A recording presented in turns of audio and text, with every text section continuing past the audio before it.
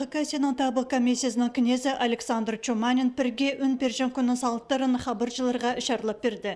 Аның танығыларына республикада табығышыларының шибіргі 5% участоктарзар келіп барған. 5 жылмының алнындағы сақмандық табығының жығыныстырза 2 шарым қатып асқанақ. Анзын политика партияларының паза кандидаторының шонның хомы 9-нан палғылыстыршалар. Көздемге қарытысты 30 кандидат удостоверение же албан. Бұл ғорыты табығыжылардан 12% үн берген. Олық тұсты ташты пайманды 44%. Ол ең шақсы танығыларының бірсі. Ең артық сан асқы сайманды пішке керілген. Пазадағы ал шөбінің паза орындағы шөпсер депутатыр үшін үн берерге табығыжылардан 60% келіп барған. Шыра айманың пазы Сергей Зайцев бұл орынға өзінші қатып табылды. Алтай айманың пазына Өдік Едина Россия партияның кізісі Татьяна Раменска көбізі үнің ертіп алды.